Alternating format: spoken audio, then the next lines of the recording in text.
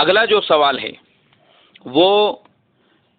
ایک ہمارے ایمان والے بھائی ہے، انہوں نے مجادر پالنپور گجرات سے پوچھا ہے، بولے مولانا بعض لوگ پلاٹنگ کرتے ہیں، اس وقت گورنمنٹ کو پورا پلان دکھاتے ہیں جس میں 25 فٹ کا راستہ ہوتا ہے، مگر بعد میں وہ راستہ بیچ دیتے ہیں یا اس پر قبضہ ہو جاتا ہے، جس سے اس سے پیچھے کے جو کھیت والا ہے یا پلاٹنگ والا ہے اس کو شدید تکلیف ہوتی ہے، اس لیے کہ اس کو راستہ نہیں ملتا۔ تو اس صورت میں ہم نے کیا کرنا چاہیے، اس کے بارے میں رہبری فرمائیے۔ بھائی ہمارے جو بھی ایمان والے بھائی جنہوں نے یہ سوال کیا ہے، دیکھو سب سے پہلی چیز تو یہ ہے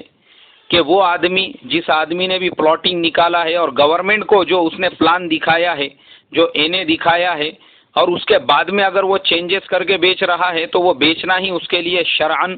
حرام اور ناجائز ہے، اس لیے کہ وہ اللہ کے بندوں کو بھی اور گورنمنٹ کو بھی دونوں کو دھوکہ دے رہا ہے۔ دوسری چیز،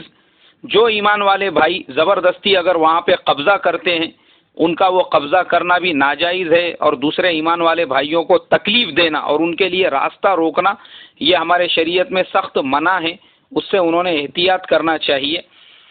تو اس کے بارے میں ہمارے شریعت کے اندر تو یہی ہے کہ بھائی